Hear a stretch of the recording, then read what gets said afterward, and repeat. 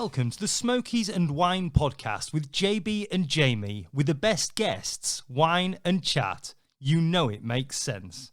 Sponsored by Clackenview Wealth Management, working with you today to plan for your tomorrow. Hi then, welcome to Smokies and Wine. Today we're drinking, this is a great one to announce, Cortes de Cima Dois Terroir. So, and we're with Calum, Owen. Calum, good to see you. Cheers. See you, buddy. Cheers. Cheers, mate. And just to let everybody know, you can get this at Wine and Something, our good friends. So get on to them, and don't forget that Smokies 10 discount code, get you 10% off. Anyway, as we said, Calum, there's a lot we want to cover with you. You've got so many different facets probably to your life. Difficult to know where to start. I don't want to really say let's start at the beginning and go back to childhood or anything like that. Yeah. But when you left school, you would have went into would it be the Marines, the Army? It was the Army, yeah. The Army. What age were you then when you? 17. 17. The plan was to join the Marines, but there would be quite a time lapse. There'd be a wait of about 4 or 5 months. Really? For the next, obviously, tests and stuff. But my older brother, he was RHF, he was an infantryman. So that was why I chose that career path. And he said, well, you can still get your Green Beret, but join the Army. So was it always your ambition to go in the Army? Yeah. New school, was it a family thing? Or? Yeah, my older brother, he was the youngest serving soldier in the first Gulf War. He was 17 and a half. Wow. When he went over there for the first Gulf War. He's kind of my hero for being a bit of a dick. So I've always... Like me with him. Yeah. Like me with my brother. Yeah, I've always kind of, Minus the hero. idolised him a little bit and kind of, wanted to be better than him. So I did the commando course, joined 2-9, and being Scottish and trying to see the world, they fucking sent me to Arbroath.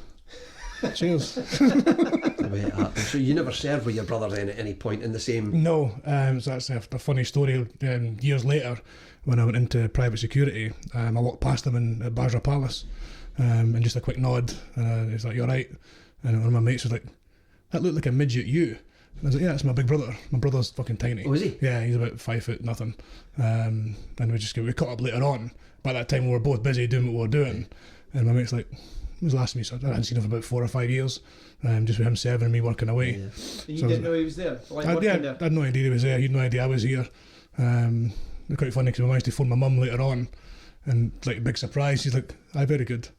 I said, "Oh, cheers, mate." Yeah, Mum, she doesn't get excited about much, so that was funny meeting up with her there. But yeah, 16, 17. Time I got to Arbroath, I just turned 18. To 7 Battery, and I did my whole career there. Did the whole service up in Condor. How long was that you were in? Just shy of 8 years. Right. I did. It kind of ran its course. I think I'd done everything that I kind of wanted to do. But my next goal was, believe it or not, and I still can't believe I say this, to join the police. And I joined the police for 7.5 minutes. I went to Tullyallen, and I think I'm the only recruit to be charged with a crime at Tullyallen. I got done for police assault. You can't just leave it at that. What happened? I had an altercation with you sound like a policeman. one of the tutors, and it wasn't for me. I thought it'd be a natural progression from the uniform service into the camaraderie, and I've got a lot of friends in the police. I've got to watch what I'm saying here, but it wasn't. It didn't suit it. It didn't suit me. I'll tell you off air the real story. Right. I guess I get sued, but yeah, and it was what it was, and it was time to. Really, I did my training, but I didn't pursue it as a career. I resigned, then went to the Millgate to console myself on the Thursday. The Millgate pub? The Millgate pub, and met a guy at the bar, as you do, and ended up a flight to Iraq on the Monday morning. So, just by chance meeting. And that was the private That was private security. So, yeah, that's the 10 years of my life in 2 sentences. The military career was quite, it was amazing. You had Al Suter on a while ago. I can't take all the credit for his starting career, but but I was his roommate in Northern Ireland when we served there. Right, okay. He was chucking darts at you. Yeah, pretty much. I think I used to start in 101, and he still fucking beat me. The boy's a talent. He's good, and he was good quality as well. Yeah, he's a good great lad. What he does for the darts and the kids and that is amazing as well. But yeah, kind of, it was what it was. The military thing, and obviously kind of the police not working out, kind of left me at a kind of loose end, and I wasn't sure what to do. So when you've done that most of your adult life, and you're like, right, so where do I go?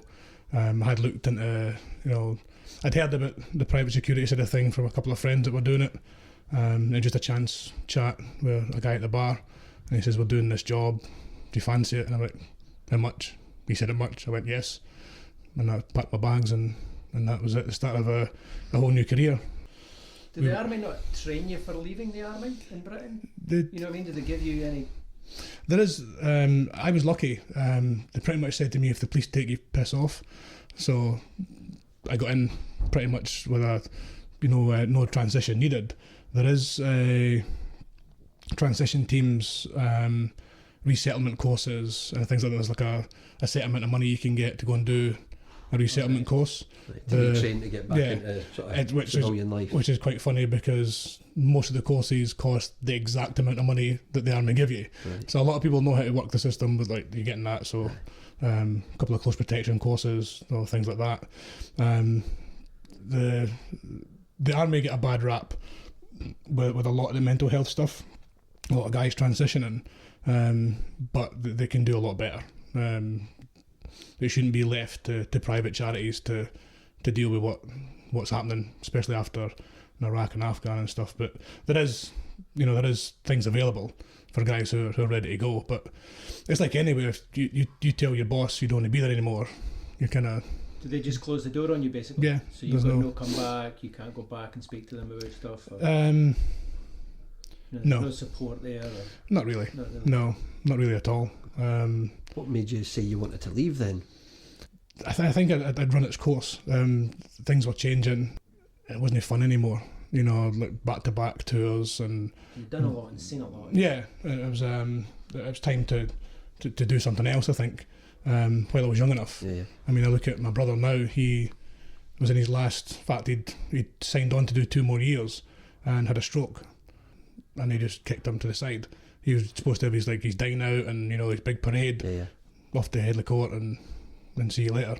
Yeah, the way they treated him was pretty shit. Do you think that's stress related or no? Well, they found out he had a hole in his heart, but he went on to fucking get him on your podcast. He's a fucking legend.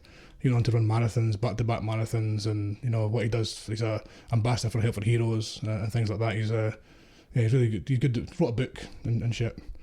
I can barely write my name. Where's he based in? He's in Kilmarnock. Right. I'm from Ayrshire, so I kind of settled up here for a couple of reasons, but it's far enough away from my family that they kind of just turned up and surprised me. And just when you're talking about the 8 years that you did serve, what tour? Where did you do your tours? Northern Ireland, obviously. Northern one of them, Ireland, you mentioned, Bosnia, Afghan. I got out just as the boys were in Iraq. Pretty much. I think that didn't help too much. I was in Tullyallen when the news come back that the regiment had lost some guys in a helicopter crash pretty much the first day of the incursion. So me and a couple of bootnecks had a few drinks, had a few more drinks, as you do when you lose somebody. Yeah. And I didn't really fit in with the ethos of the police college. Right. They don't do a naked bar. Who knew? We do, just for the record. So cheers still. That door's got a lock in it. And would you say, and we'll go on and talk about this a bit more, you've been very open in some of the things you've sort of suffered from it and things like that over the years. Would you say that any of that started in the service time, or was that more in the private security? More with the private security, I think. I think I saw more. I went through more there. It's a totally different way of life. You're working in small groups of guys. Over there at the start, it was like the Wild West. It was lawless. We had immunity from prosecution, which in the private security side, right? Which did lead to some guys taking liberties. Wow. Which was so you could have done anything at all. immunity for private security? I'd think that would have been government, but Your private security companies have immunity from prosecution. So I was lucky that every company I worked for were professional. I either worked for the Foreign Office or the US State Department, but there were a few cowboy companies out there with a few rogue elements in them that thought they were just, in the Wild West, basically. But they got weeded out. As soon as, I think in 2007, there was a big uprising, those guys kind of shut up shop and pissed off, leaving maybe 4 or 5 the larger companies. so it's like if they do something wrong, they don't get prosecuted, but they just get like thrown off the rig, so to speak. They just Nothing. Nothing. So Carry they on. could just carry You on. didn't have to report anything. Yeah, there was a few incidents which were quite and that's what gave us a bad rap. There's a few incidents with Blackwater, a few incidents with like rogue elements of companies that gave private security contractors a bad name. The term mercenaries and shit like that. It wasn't like that. It's your professional, trained soldiers. The company I was working for was Special Forces. And some of the jobs I was on, I was the only non-badged guy there. So it was Navy SEALs, a couple of SBS guys, Marines, South African Special Forces guys. So you're working with the tier 1 echelon of these on these jobs, and you'd have other guys doing security details, and they're a bouncer for fucking Liverpool. Probably got more firearms experience than me, like, but And in fairness, because if you're out in a pub on a Friday night, bump into a guy, and you've started on the Monday, there's not really much of a let me have a look at your CV, let's do a job interview. No, it's out there. you Yeah, fancy it. Did he know you from? he knew previous, of or- me. Yeah, Right. Okay. So he didn't even know you, just of you. just knew of me. Yeah, Right. and once we had a chat, and We're bound to know him if he's from Arbroath. I can't remember the guy's name. This become relevant when I Right, go into my story. My memory's fucked. So, yeah, it's not. You were on about Special Forces. Was there any? Well, I'm assuming there was banter between all the forces about who's the best. We're the best. Yeah. Yeah, the South Africans are shit. Yeah. So I used to work with a guy, an ex-Special Forces guy, and he got retrained when I was in Australia in IT, which I was in, and he used to go on about, they were great. Yeah. And it's like, no, British. We're a lot of Kiwis. We call them the Cuzzy Bros because all the Kiwis are all cousins or brothers. They've got fucking 3 surnames in the whole fucking island. And the Kiwi SAS guys were amazing. They're totally professional. A few old South Africans, Rhodesian Special Forces, like they had seen some shit. Like they'd been some dark places. They were all quality guys. Again, not being disparaging to anybody, but some of the Polish Special Forces and Romanian Special Forces couldn't tie their fucking shoelaces. So if you ended up on our teams, you'd get whittled out. If you went up to it pretty quickly. The first bang normally makes you see what a guy's made of. If he's cowering in the footwell, pissing himself, then it's time to go home. The money was a massive attraction to guys. A couple of guys called it the dash for cash. They were getting paid ridiculous amounts of money, for doing the fun stuff that the military guys are doing. These got these soldiers on $1,000 a month. Got some contracts for $1,000 a day. Yeah. So it made sense to, try and get out there if you could. A lot of people said all you had to do was get a flight to Baghdad, get off the plane, a company would pick you up because they'd lost somebody on the way to the airport or there was a space, and then you do a lot in-country training, because that job nobody's ever done before. I mean, even the old Special Forces guys who had been in Northern Ireland in the 70s and 80s, it was guerrilla warfare, but nothing compared to what was seen out there. They took IEDs to a level within 3 years, which took the IRA-30. They were using passive infrared, fucking crazy stuff, because they were getting funded by anybody that hates America, which is everybody. Yeah. And So- these IEDs, that's the explosive stuff, isn't Yeah, it? The the homemade explosive bombs and devices, stuff, yeah. But they weren't homemade. This stuff was high tech. The passive infrared would, as soon as the front of your vehicle would break the beam, the IED was aimed to come out and just take out your driver. So it was that precise. It was called explosively formed projectile, EFPs. So it'd be a big like a lead or iron in there with explosive behind it. So the heat would form a massive pellet, and it'd come straight through your body, your armour in your car. So we had the B10 trucks, which the president has, and it'd come through it like knife through butter. So you hit one of them, party's over. Does it not give you the shits when it's not the guerrilla warfare or whatever, it's not petrol bombs, is it? Yeah. And it's getting financed by big big countries. Russia, China, whatever it is. At the start, you'd hear a few, ambushes where you'd be standing and fighting, and you'd fight through it, and different things like that. But once they realised they could hit you from 3k away and not be bothered, it's scary. But you've got to trust your equipment, you've got to trust your training, and trust the guy next to you. Any one of those, I always said, as soon as one of those three things go, then I'm coming home. So basically, you're going places that the normal army isn't. Is that? Mm-hmm. So you're right front line. Yeah, that was always funny because you had to go and ask permission to go somewhere, and they say no, we're going anywhere because we're getting paid. Yeah, and you've got immunity, so they can't do anything about it. Yeah, it's an industry that's very client led. It's like being a bodyguard. Being a bodyguard, you're a glorified personal shopper. Now, if your client says we're going here, we're going there, and you say, well, that's going to be busy or that, you're fucking going. Yeah. Same way over there. We're pretty much mission essential, so that's the job. Your client needs to go and meet some tribal leader, and a fucking hole in the earth, you're taking them. And you drive up and you turn up and you're like, this is bad. Even your interpreter's going, I was ready to say, you can smell this is not great. Straight away. And you're going into it. Yeah, you're in a situation straight away, which you knew was coming. So sometimes that's better because you're prepared. It's fucking stupid, driving into an ambush knowing it's coming. But 9 times out of 10, it passes without incident. But that one time, you're in the shit. And what would your tours, like call them tours, trips? What length would you? Just as long as the contract is. Yeah, and nobody wanted to go home because that's where they fired you. Big business, it's some massive companies. There was more after the US soldiers. The second biggest personnel on the ground were private contractors.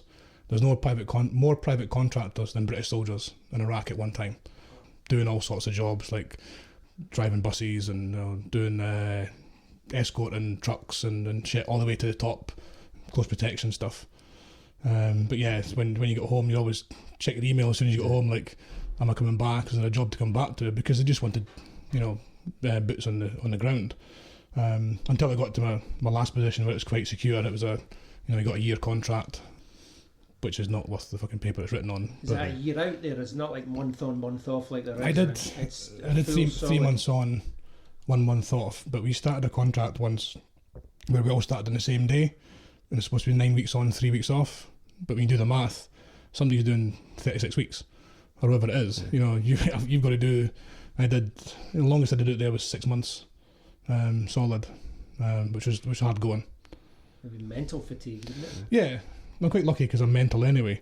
Who are you actually looking after then, or in terms of don't mean name them, but what types of people are you? When I worked for the Foreign Office, it was the Deputy Ambassador, the Consulate General in Basra. I was his bodyguard, and then working for the later company, it was US State Department, so it was judges, State Department officials, quite high end, high value targets. And why is the army not looking after them? Is it just money? Yeah, plain and simple. Plain and simple money. Yeah, they just wouldn't pay. No, and their guys out. Yeah, we'd sometimes you would have like if somebody said Mrs. Clinton turned up, bite my lip. Horrible woman, horrible. She's the fucking devil. Her Secret Service team fucking hated her. I wanted what was your? Just a fucking nasty bitch. Right. Just nasty to her team. Just very, very rude, abusive in the way she was. But when she was the foreign she was foreign secretary. Yeah. The things she did, she should have been strung up for. But yeah, they would have a military escort. So you'd have air cover, you'd have Humvees and the shit escorting you. But at the end of the day, you're reliable for their safety. And it's always funny when you're given like a security brief. There's also the pecking order, This is that's your client. You're hanger on. You look after yourself. If you need a gun, there'll be fucking one on the floor. Don't worry about it. You know, kind of. You kind of. They're not ready. You know, people like civilians. Once they get into that sort of that zone, and the reality hits them, you see the change in them. Most of them. It's mostly from the security brief. There was a certain Mr. Blair. Pretty much made him shit his pants, and never even left the compound. Just telling him where we were going, what we were doing, and he wouldn't leave anywhere without a helicopter. Really? So yeah, he's another tit. Right. Yeah. I'll agree with you on that one. Yeah. And are your orders for regardless who the people are, but the high profile, to potentially take a bullet for these people if you have to? Yeah, or? there's a few. There's a book called Bullet Catchers. You know, the training is, you know, step in front of your client, make yourself big, and you're there to put your life on the line. I never looked at it like that. I'd always say I'd protect my team. My teammates is who I'd die for, you know, in a heartbeat. Yeah. You know, to protect any of them. But that's what I'm saying. Your client is your money. You know, you lose a client, your job's done. You're over. You're not coming back. It's not good on your CV, is it? No, no. That's the one thing you can't do. But yeah, you're that's where the training kicks in, and you're hoping, you know, if everybody does a job, then you shouldn't, and everybody should get home. Everybody should be intact. But that, yeah, you're right enough. You know, you're putting your body between them. And was it like you mentioned Wild West earlier? Is it literally pretty daft and crazy? It was mental. No laws and. Yeah, it was lawless. Yeah, because they sacked the police and they disbanded the military and started again. So there are a lot of issues there where they'd have insurgents just turning up and joining the police. This is when the war had finished. Yeah, the war had finished. Yeah, I mean the war itself was over in a heartbeat as well. But the insurgents then infiltrated the police, infiltrated the military, and that's with a lot of issues with trainers being shot by people who'd infiltrated these training camps and stuff. And you had guys that we did a lot of stuff training the Iraqi special forces, and they wouldn't carry their pistol with rounds in it because it was too heavy. What's the point of even having it? They're nuts. Again, not being disparaging to any race or anything, but you're trying to, you know, train these people to, you know, weapon handling and how to walk in a straight line, how to stand up straight, and just fucking shambles. Their military was a shambles, but they started again. It's a lot of funny stories. I think that's for bottle of wine number 3. We'll still be recording, don't worry. You were in Bosnia, Afghan, Iraq. What would be either the worst position you found yourself in, or the most scared that you've ever been on any of these trips? Now, this is not arrogant or anything. Fear is it's an emotion. It can be controlled, like everything. Like, you know, happiness, you know, sadness, fear. Is just another emotion that you can control. But for me to sit here and say I wasn't scared, I'd be lying. You know, there's situations where you've got to take a second, take a deep breath, and go, "Fuck, this is it." You think you're not getting out of here, you know, loads of things go through your mind. Hopefully not one's a fucking bullet. You know, you're thinking, you know, trying to make a plan on the fucking bounce, and you're like, you know, and then, you know, 30 seconds passed, it feels like a lifetime. And then you're like, right, I'm still here, right, let's, you know, get out of this, and get back and have a beer. And that's when your training kicks in. Yeah. It becomes second nature, natural. Yeah. There are a couple of incidents where it's been, right, this is it. But we're not getting out of this. A couple of ambushes where, you know, to the left there's a river, to the right's a minefield, and there's 300 fucking insurgents. You've drove into an insurgent training camp because you've been given the wrong fucking grid square to go and visit some fucking oil plant, and they're literally training, and they turn around and see you, and we're like going down a narrow road, 3 vehicles, one behind each other, and I'm at the front going, fuck. Right. But yeah, luckily the armoured car took the brunt of it, but right where my face was, there was a big... There's no room for discussion right here, it's just kicks off. Nobody even speaks. Just kicks off immediately. You know what you're doing, so, you know, contact front gets called, and everybody reacts. The drivers do what they do, and we get out. There's actually every story has got a fucking funny element to it. I don't know if it's because I was there, but Can you give us one example then of just trying to paint a picture of something like that that's happened? And so that happened, and I'm driving the front vehicle, which has got a rear gunner in the back of it. So I spin round and I called him Handsome Rob, the Swedish guy, good looking fucker. He's like, we'll open the back and return fire. And I was like, no, because there's 300 of them, there's one of you, we'll just get the fuck out of here. So we've got this vehicle which is maybe $400,000 worth of equipment on it. It's got a Kodan, they've got special fucking satellite phones, everything dies. Like everything. Fucking nothing works. Power goes on everything, car starts chuttering, and there's a Danish guy next to me on his Nokia fucking brick texts the fucking embassy where we are, what happened, on a fucking Nokia phone. That's how we sent a contact report. And I'm like, that's about £500,000 fucking pound. And you've got a Nokia out the fucking window like, I've got a signal. Send.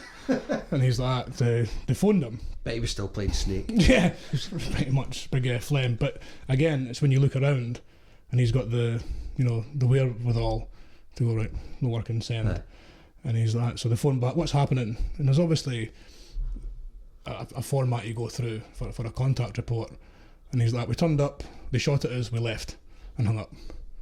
And I'm like, brilliant. That's pretty much all the information you fucking need. And we got the fuck out of there. And that was the last time when something like that happened that I didn't set fire to the car, because I'll go into that, the engine died, power steering goes, and we're like, well, this car's fucking expensive, so we can't just ditch it. So we fucking strap it up and tow it. So put the other two guys in other cars, I'm driving this car in 60-degree fucking heat with no power steering, no air conditioning, and just pissing myself. You know, this is where I am now. You know, I'm driving a fucked up fucking car in southern Iraq in the blistering heat, and those fuckers who don't even know me. You know, if they took the chance to get to know me, they wouldn't try and shoot me. Good guy. But I'm here now trying to fucking rescue this car. Every time after that, fucking hand grenade, blow it up, set fire to it, leave it. And that became the SOPs. And is that because so that they couldn't? Yeah, so they couldn't. Yeah. You took all the sensitive equipment off it. You took all your paperwork out of it. Cut cables, try and save as much as you can. But you've got 5 minutes. Yeah, you're taking a risk trying to save a to car. debus and get the fuck out of there. And I said, people's lives are way more important than this car. I'm like, Bill, I was like, bill me, fuck off. So you don't get fully comp now, no? No. That it's obviously not a 24/7 job. There's got to be some downtime when you're out there. Where are you sleeping, staying? What you doing? We've had a few fun places. Stayed at the Baghdad Hotel. We commandeered that, which is quite nice. And then I went to the airport, Baghdad Airport. We built a compound there. And all you really need was a bed and air conditioning. Every job I've been on, I make friends with 3 people. And it's the medic, the chef and the armourer. Because I need good drugs, good guns and good scran. And that's it. Explain the good drugs comment. Yeah. I need to sleep. Another funny story, because you're right next to fucking Iran, Afghanistan. French Foreign Legion guy I worked with, Fabian, got in a bit of trouble with 2 gorilla boxes full of heroin. I think he could just drive them through Kuwait and put them through Kuwait. Because that's Opium Central, Yeah. isn't it? Oh mate, Afghanistan. it's crazy. There's French guys like that. Oh, I've got a friend, drop this stuff off. No, I'm all right, mate. Don't worry about it. But that's you're meeting all these characters who are, you know, been all around the world. One of the funniest fucking things was you're talking about being scared. This was one of the times where I was like, shit. Round a fire one night in Hilla, having a beer with a guy called Carl Penta and my mate Dave. Dave's Foreign Legion. Carl Penta wrote Mercenary's Tale, Have Gun Will Travel in Suriname, where he taught the locals, the mercenaries, to overthrow the government. Dave hunted him for the Foreign Legion because Suriname was a French fucking province. And I'm sitting there with a bottle of beer going, this will be fun. So I was like, Dave, tell Carl about your days. They were fine. They had a good laugh about it. I was like, that's surreal to He me. wasn't obviously successful. No, but yeah, Carol's a very interesting character, and that's it. You meet these guys with amazing backstories, and salt of the earth, just normal human beings, until shit hits the fan, and it's phenomenal. I always said we never got paid for what we do. We got paid for what we might have to do, and then it's never enough because a lot of guys didn't make it back home. So you can't put a price. Well, you did. You put a price on your life, and that's what you negotiated with your contract when you do that sort of line of work. If you're sitting there, you know how you've got to rely on your teammates, basically, and you see one of them that you just don't trust or you're not confident, you can... He's gone, yeah. I worked with on the training team, so when new guys come in country, we take them for weapon handling stuff, especially because your weapon's live in the car. And I've had guys fucking ND in the back of the wagon, fucking... We did a lot of stuff with soft skin vehicles, so you can shoot through the window if shit happens. And then we got upgraded to armoured vehicles, which is nice because they can't shoot in. Yeah. And first day we had them, the lad in the back forgot and let off a 7.62 against the window. It was like a fucking wasp. Shoot through the window. It was like a wasp in this fucking ting ting ting ting ting. I just sat there going, fuck me. He was on a flight home that afternoon, but he just forgot. Didn't switch on. It's not it's your call, but it could be anybody else's call as well. Saying, look, I don't trust this guy, or he's... Yeah, I was a couple of jobs I was on. I was lucky enough to be team leader when I worked for the Americans. I was shift leader or agent in charge until it became quite political. With the Americans could only do certain jobs and stuff like that. But because I'd been there for quite a time, even though I was still only in my late 20s. I had quite a lot of respect and clout and you kind of knew that if I had that instinct, there'd be somebody else in the team who'd be like, no, you don't fit here, and it would be, there's a lot of personality clashes. You're in an alpha male and a fucking group of alpha males, and nobody's backing down. Yeah. That's why it's obviously there's a Muslim country, but they banned alcohol because you got guys on the edge, and then you let them tan a bottle of Jack Daniels. Yeah. That's when things, and it's simple things like, you ate the last fucking toast at fucking breakfast, you're like, smash, like, yeah, we get quite petty sometimes. But yeah, you're talking about, downtime. The Americans, their setup is phenomenal. I mean, there's Pizza Huts, McDonald's, fucking gyms were amazing. Swimming pools, their rear echelon was phenomenal. Cinemas, fucking perfect. British was fucking shit. Nothing. The British Army had absolutely nothing compared to with the Yanks. I remember when I was working 30 years ago or something in Scotland, and Brechin, the Brechin base, everybody used to go in there because it had everything. Oh yeah, you could go and buy a Harley Davidson. Yeah, Edsel. The PX, you can go and buy a Harley Davidson. And I'm like, they said it was mental. They said, what a great time you had on base because everything they had. And you go in at Condor and it was nowhere like that. No. We go to some of the British bases, we go in and it'd be like one sausage, one bit of egg, one bit of bacon. And you go to the Yanks and it's like fucking hot dogs, fucking cheeseburgers, and you're like, yeah, well, just sitting there. Yeah, put on a fair bit of weight working with the Yanks, but yeah. On the subject of Yanks though, controversial statement, but are they really thick as fuck? Bone. Fucking bone. It's a couple of, honestly, you look at some of them and you give orders, and one of the guys actually, there's two, myself and a big lad for Paisley were the only two Scots guys in the whole contract, working for the whole company. So if anything happened and I was involved, they'd bring the big lad in and say, what's Cal saying here? And he'd be like, fuck no, he's from the East Coast, I don't know what he's fucking saying. And I'd be the same. I went, he's a wee jeep, I don't know what the fuck he's talking about. That's the different language down there. Because we were using colourful language in the old broad Scots tongue. But yeah, I'd give a brief and you look at the Americans and they'd be like, what are you saying, bro? So I'd put on my Texan slang or fucking, hey y'all, start speaking. Because some of them, a couple of guys from Georgia, fucking just be back in the swamp. Phenomenal soldiers, but not good for a fucking Trivial Pursuit quiz, like, fucking solid. Was there much infighting, like squabbles with your own team and things like that? The biggest thing was leave. something I wasn't too bothered about, because I don't like people, so I wasn't too bothered about coming home. I was doing something I was born to do and love doing, so I was like, fucking pay me for being here. JB, take that wine off. So I was fine, but a lot of people. That's what she said. But a lot of people, the biggest thing is if you mess with people's leave, like somebody's boy's leave will get cancelled because some other guy needs to go home because his fucking gran was pregnant again or something pish like that. But the funny story was always, I never made it back in time.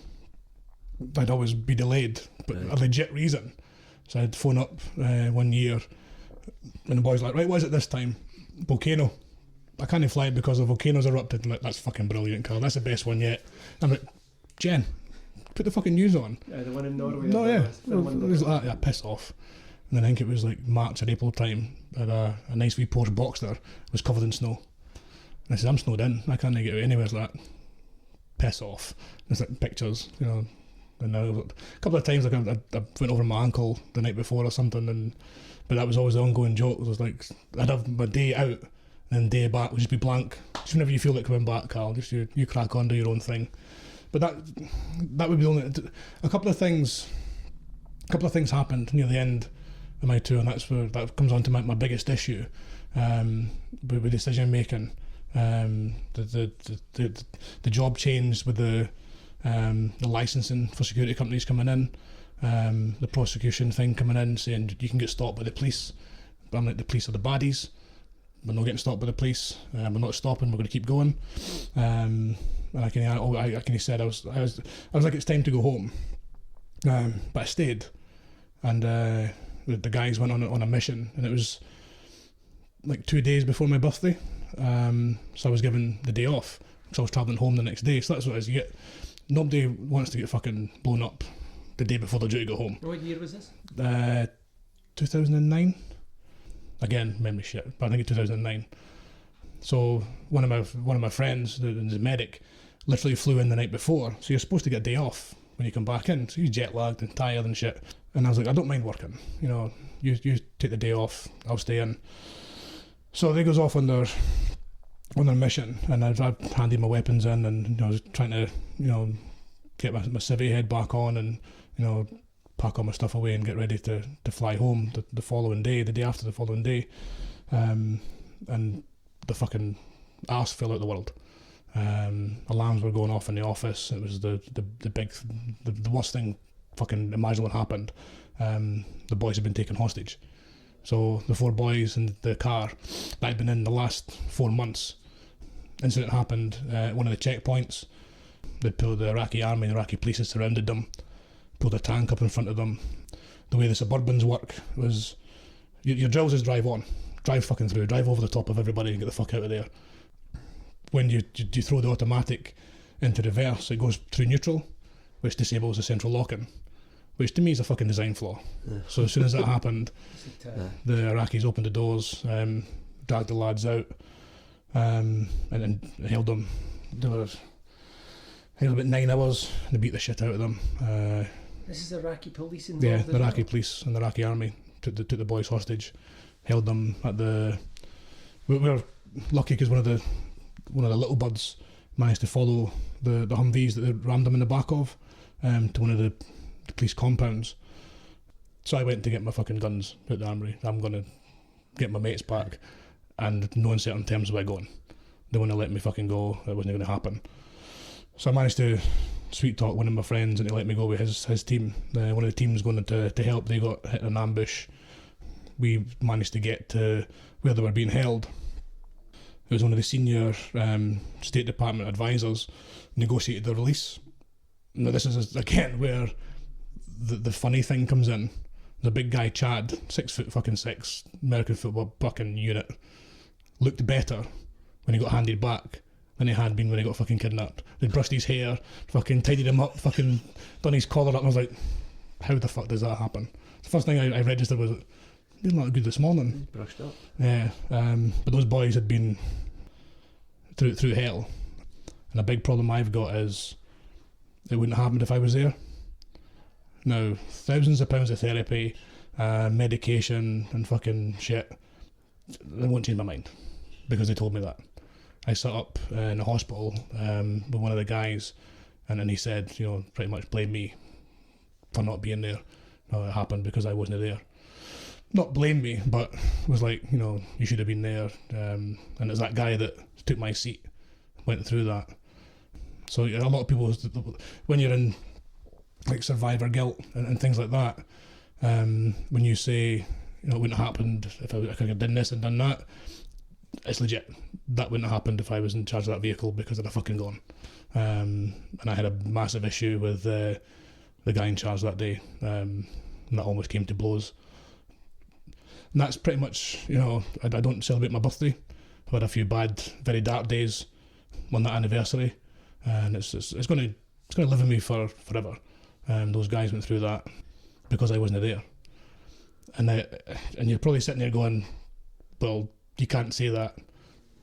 Well, I can, and there's nothing going to change my mind, and it haunts me. But they survived. They got home. They never returned to work. They were done. They're all suffering PTSD from that. Fucking rightly so. But that's when you're, again, this will come on to my PTSD. To be diagnosed with PTSD, you have to have a specific incident. It has to be a specific thing that's happened. Whereas I've had fucking 18 years of incidents, some worse than others. But they said that's the trigger. That after that day, I went back. I didn't last maybe a year. There was an incident where I ended up getting injured and then in a contact when I needed back surgery. I was paralysed on my left side, and I don't think of that as bad as that day. That was, again, one of those days where, you shouldn't be walking again. But, that's the one incident which triggers the survivor guilt and the PTSD. But there's countless events that we go back and look at, contacts and incidents and accidents and different stuff, getting mortared and stuff like that. But I never sweated that. It's until you come home, and I had my back surgery, and I was speaking to the surgeon, and I was like, so what's the odds? I meant going back to work. He was, it's 50-50 you walk properly again. And I was like, well, that's, depression, fucking straight away. Just couldn't train, and I've been training since I was 13, 14 years old. So couldn't go to the gym, couldn't walk, couldn't run. Hit a really fucking low point. And that was, probably, there was the second time that I made a serious attempt at taking my own life. And you can't explain to people how low you feel when you're there, because some people can't comprehend it, because it's this, people say it's a coward way out, or there's always something you can do. But when you get to that dark place where this is the only way, the only place I can do, the only thing I can do is tough. So I was up. My first attempt was after we lost a lot of friends in one incident, and I actually put my pistol in my mouth and pulled the trigger. It never went off. And I don't still have that round, because that would be illegal. But that was the one that should have fucking ended me. So I took it as a sign, or just fucking cheap ammunition. It didn't go off. So I kind of bucked my ideas up and cracked on, as they say. But it was just a bullet that just failed. Yeah, failed primer. So it was a live bullet. Yeah. And I cocked it, released that one, and went to go again, but I didn't. I stopped myself, because you've got time to think. It's like jumpers. If the guy's on the bridge, the chances are he's not jumping because he's still on the bridge. We just step off, and it sounds so fucking bad every time I've tried to take my life. I'm shit at suicide, by the way. Fucking crap at it. Yeah. Thank God. Yeah. It's just the lowest place, and you try, and people will always think, I've got kids, and you're thinking they're not enough for me to stay, and a lot of times that's what brought me back. I've been on the brink so many times, and that's what brings me back is the face of my kids, imagining what it'd do to my friends and family. But is that enough? I've always said that. It's just, when somebody is suicidal, there's nothing going to bring them back. A lot of people say, oh, why didn't they ask? Or why didn't they reach out?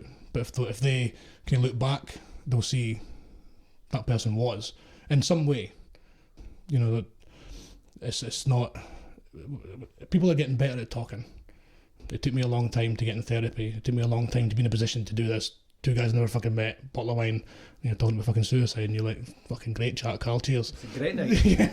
To be honest, you're a worse drinker than you are at suicide, to be honest. You've hardly had any.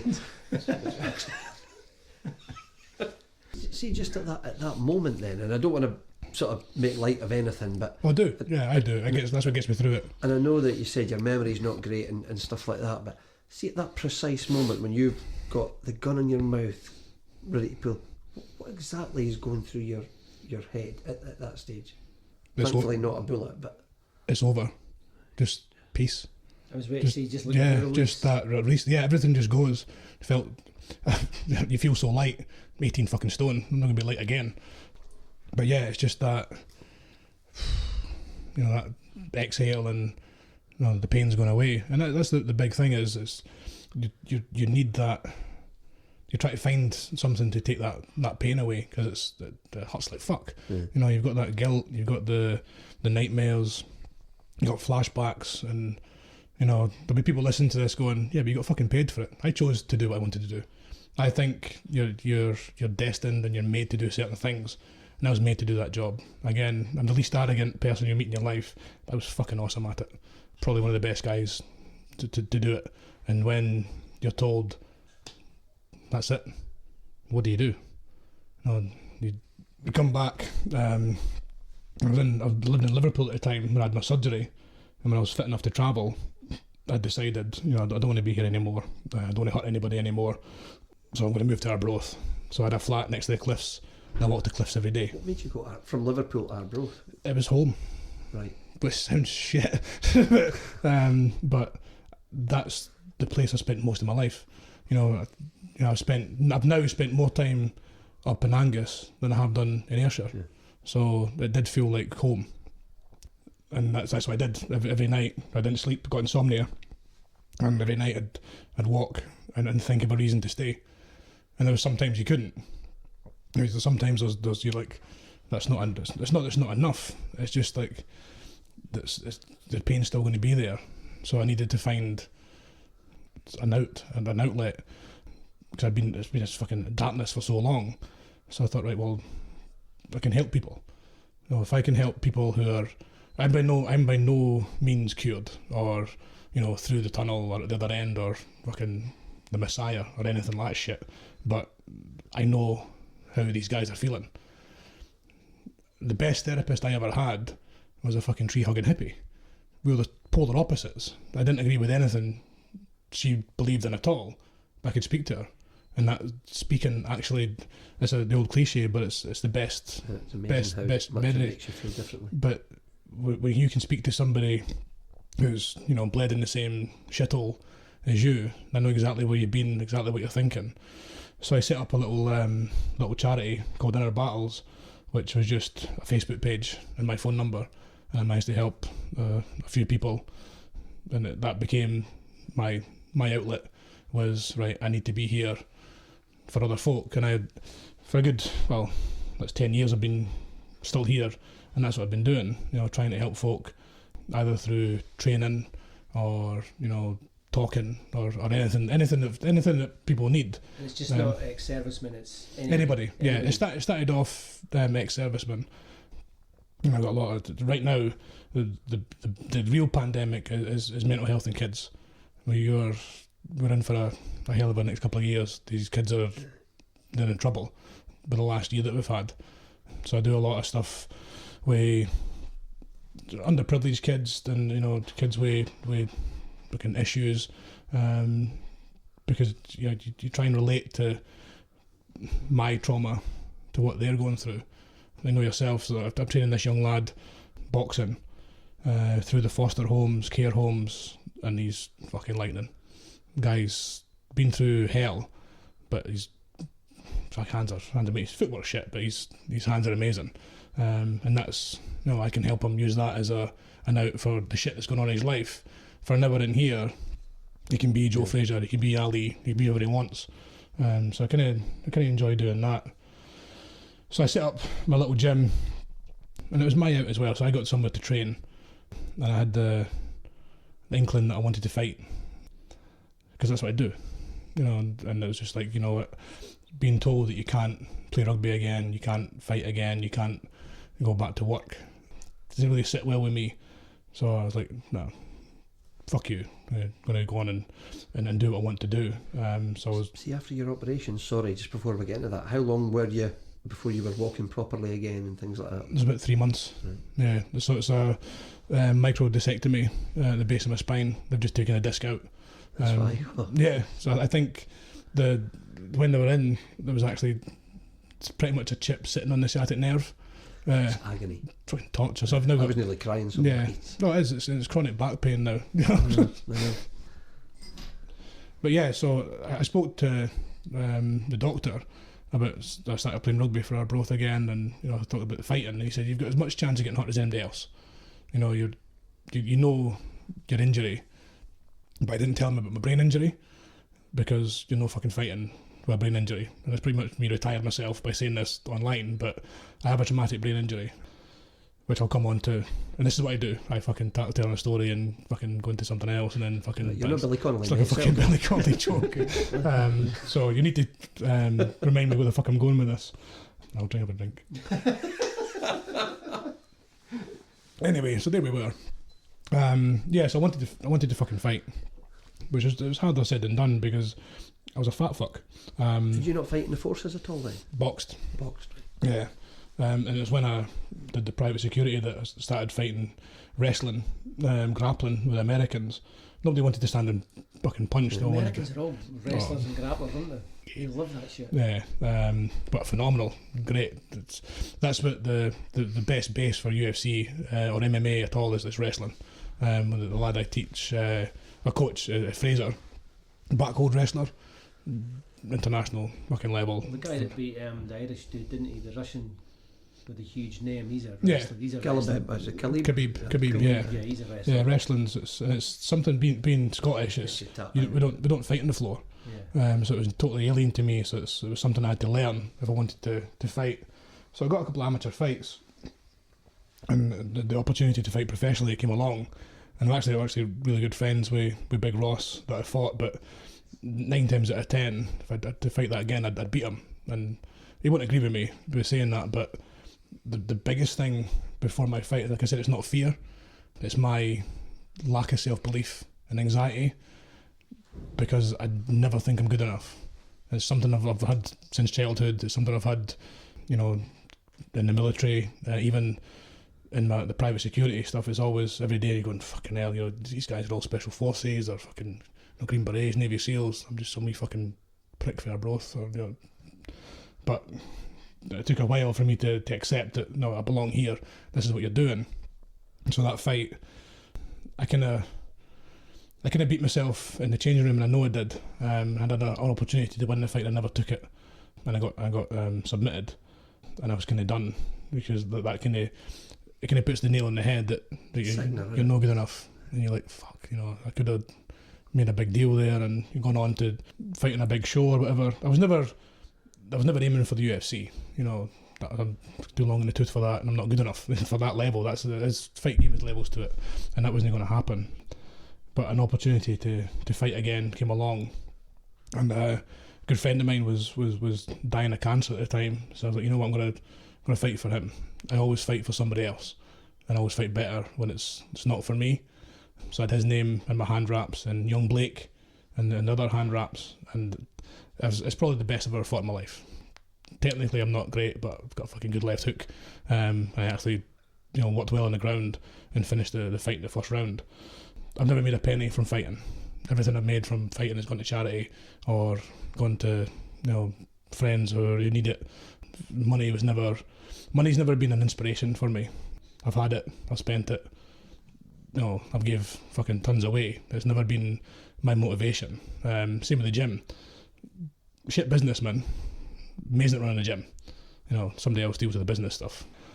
the gym in here is something else. It's phenomenal. And everybody that comes in, the atmosphere, the community that we have here is something that's why I built it. Paying bills fucking helps because bills need paid, but it's that to me is the win. When you see, especially clients or athletes that you're training achieve their goals and you've had a little bit input in that, it's just that's the victory for you. That's worth £1 million as far as I'm concerned. It'd be good if they paid that, but maybe one day. You mentioned that when you were in the private security sector there, that the money was obviously great. Ultimately, with the price that you've paid mental health wise and things like that, was it all worth it? But I did it for free. Did you? Yeah, I firmly believe that's what I was made to do, looking after people, and they gave me guns and shit. I'm gonna blow stuff up. It's like fucking the Commando comics, man. It was great, and I made friends for life. Some of the best people walking the face of the earth were doing that job. You still in touch with like Handsome Rob and these boys now? I distanced myself when I came home. Came off social media. There's a couple of guys that I still speak to now and again, but it's too hard. You know, we don't do reunions, we don't do funerals. If somebody passes away, then there'll be one of the lads will send out an email. I don't even reply to it. I just do my own memorial, grieve. Just the PTSD thing, you don't want to trigger it. Yeah, it's hard. I mean, and it's like a lot of taglines that you're still there, and there is some nights where I'm still there. You know, it's hard to, you know, even though it's been quite a while, there is some times where, you know, those triggers and, you know, certain sounds or songs or remind you of certain people and certain things are no longer with us, and it's pretty fucking tough. But yeah, so it's easier for us to just, you know, put that in the box. You've got your memories, well, the ones that you can remember anyway. But something's just popped in my head, and this is going to sound as if I'm really taking the mickey, and I don't mean it this way, but you're just in line for that. could you go to fireworks, or does the noises and things like that trigger things? I've been to fireworks in about 10 years. Right. And it was one of the things that my therapist did was she sent me a CD of fireworks with no sound, and you just see the lights. But when you go and see the lights, the noise and the smell, that's a fucking explosion. That's a firefight, you know. And it's a lot of us don't. It's a big trigger for veterans with PTSD. And it's hard to explain because it's only fucking fireworks. You know it's fireworks. You're there and you know it's fireworks, but you've got a fucking brain injury that says, "Nah, you're back in the shit," and fucking somebody trying to kill you. Another funny story was shopping. I hate shopping because there's people there and I hate people. But you keep stressing that. Yeah, you're at this. Me and JB are worried Yeah, here. so I'm in Sainsbury's car park. I think I've been in therapy maybe a year or something. I've been home just over a year, and I'm having a breakdown in the fucking car. And people are coming up and knocking on the window, and I'm telling them politely to vacate the scene. And I finally got myself together to go and buy some milk and eggs. That's all I'm wanting, milk and eggs. I know where the milk is, I know where the eggs is, because I've got a map of Sainsbury's. I was in 3 o'clock in the morning, drawing a sketch map. Fucking security guards like, "What are you doing?" And my headphones in. And so I goes back in with my little sketch map where the milk and eggs are, because I know where the exits are, I know where I'm going, I do that and do that, done. Walk past the security guard, he's on his mic, because I'm sweating, fucking having a breakdown, and they've moved the fucking milk. Between 3 o'clock that morning and 4 o'clock in the afternoon, they've rearranged the fucking store. So that's me flipped. I needed the structure. I've been in there, knowing what it was, grabbing that and going. Something mundane and an everyday task, and I couldn't fucking fathom it, and I couldn't do it. So I dropped the basket, went to go out, and the security guards, God love him, stepped in front of me, right cross, put him down. And I walked out the store and went, shit. So I hang about, cops turned up, straight away and explain what I was doing, and the cop knew me, so lucky enough went to Cars View. They were going to section me and do lots of different fucking things, but they just had a chat. I had a chat with the cops, had a chat with the mental health nurses, and I was just like, this is what I was trying to do, but my plan, my fucking mission failed at the first hurdle because they moved the milk. And the lassie's like, what? Did you need to punch the... Well, the guy stood in front of me, and that's a threat. So in my head, you know, that's a threat. Fight or flight type thing, isn't it? Cortisol kicks in. And I'm done running. I've got fucking arthritis in my knees, so the fighting's happening. And again, I didn't go in the shop for about 2 years. Couldn't... Anxiety, try to explain anxiety to people nowadays to go, I've got anxiety. So no, you're anxious. That's not anxiety. Anxiety fucking destroys you. You know, you sit in a puddle of sweat because you can't get out of the car to go into Spar and get a bottle of water. You can't physically do it. Your anxiety is stopping you from breathing, stopping you from moving. It can stop you leaving the house. Destroys relationships. It's a absolute bitch. Throw in depression, bipolar, brain injury, PTSD, you know, got a full house. And these are all things that, because you don't have a bandage, nobody sees them. Nobody sees it, yeah.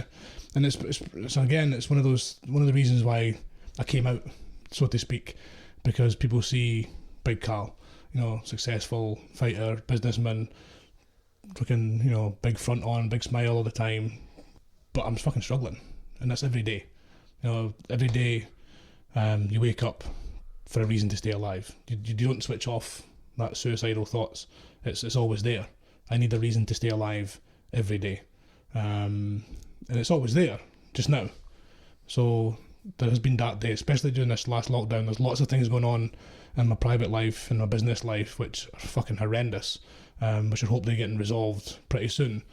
But it's their triggers, their reasons so to just throw you in a fucking hole. But, you know, if you find yourself going through hell, keep going. You know, that's all these positivity things. I'm a big fan of The Secret. Massive fan. That's why I've got this gym. I saw myself in here 10 years ago. Right. I wanted this gym. I saw myself here. I knew how to get it. I knew the people I had to surround myself with, positive people like Shug and John. If I want to fight, I want to train with the best guys. I want to train with the guys that are going to put me in my ass. I've always said, if you're the best guy in the gym, you're training the wrong fucking gym. You know, go and test yourself. And that's what I did. So I saw myself here. Positivity, mindfulness. They're not just buzzwords. You've got a lot of celebrities and PTs and arseholes using all these stuff on social media, and I've no clue what it means. It's just they want likes, they want all this bullshit. But to live a life with a mental illness, and that's what I have, and then to accept that from being what I was, to then accept, well, you're broken and you need help, breaks your heart. It fucking destroys you, because you've got this persona, you've got this image that I'm bulletproof, I'm unbreakable, and then you've got to go, I'm no fucking working, this is serious, I need help. And I think for people to see that someone like me, again, nothing special, but can admit that, then maybe they can say, well, you know what, things aren't too great. And a lot of people say to me, they feel bad because their trauma's nowhere near mine. It's not fucking competition. Trauma's trauma. You know, if you're struggling with anything from relationship stuff to money worries to fucking anything at all, speak up. And I've always said, you know, my phone's there, my email's there, fucking knock on my door, because I'd rather you sat and had a cup of tea and fucking glass of wine and fucking talk to me than sit and suffer. So I think me coming out and saying, and I don't agree with it's okay to be not okay. It's not. It's fucking shit. It's horrendous. You know, you're living this life where you're in so much fucking pain and you don't think anybody cares. Whereas if you just pick up the phone, people care. Or, you know, go online and message somebody, people care. I mean, you care because you asked to do this. Yeah. They met you before my life. And you know, you've got a story to tell. And I said no. And fucking millions of times I said no till half an hour before you got here.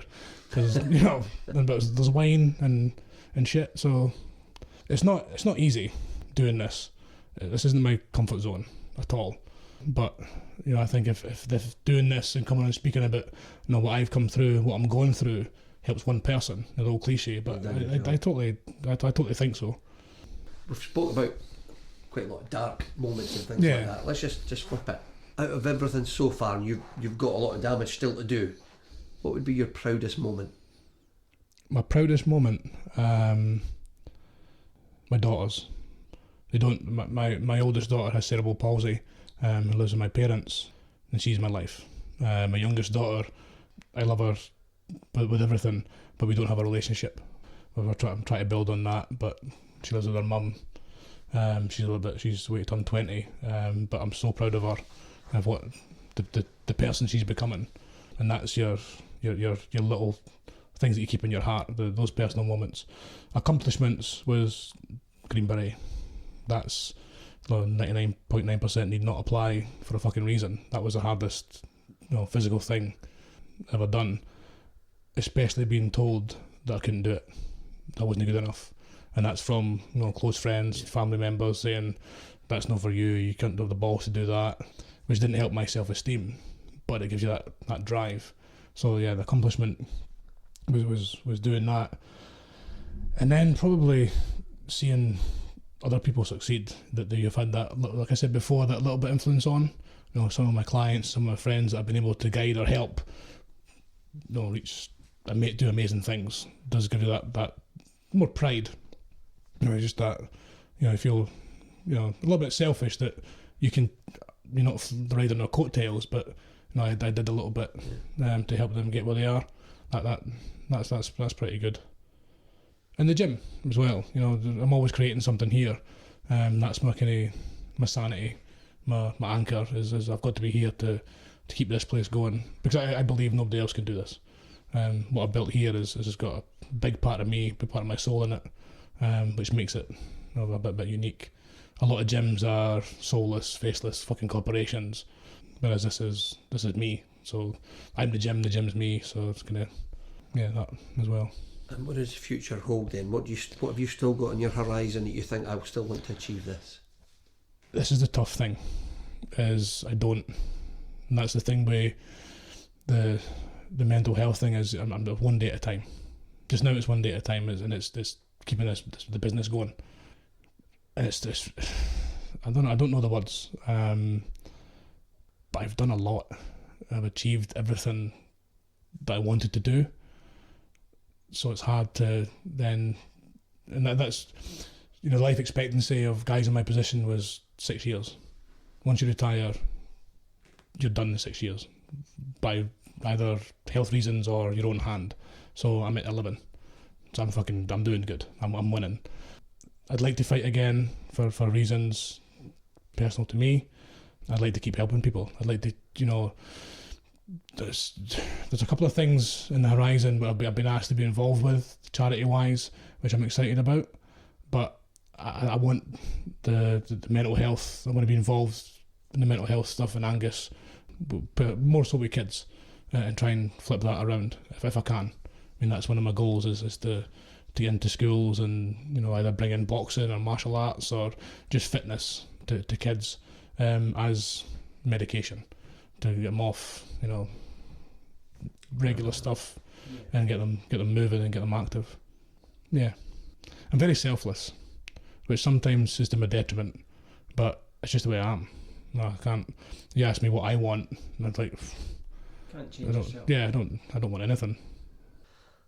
I didn't know what to expect before we came out here, because I didn't know what way the conversation was going to go and how open you would be about different things. I think you've been incredibly open. For me, it's been fascinating. I honestly don't know whether to offer you a spar or give you a cuddle. But all I can say is, most of them end up doing the same thing. Start off cuddling and sparring. We cuddle, we cosy. So thanks very much for coming on. A pleasure. Has been enlightening. Appreciate it. Thank you. And maybe in the future we will be able to have another chat, depending on once things are all out in the open. Appreciate it. Right. Thank you very much, Calum. Cheers, mate. Cheers, man. Cheers. You've been listening to the Smokies and Wine podcast, sponsored by Clackenview Wealth Management, working with you today to plan for your tomorrow.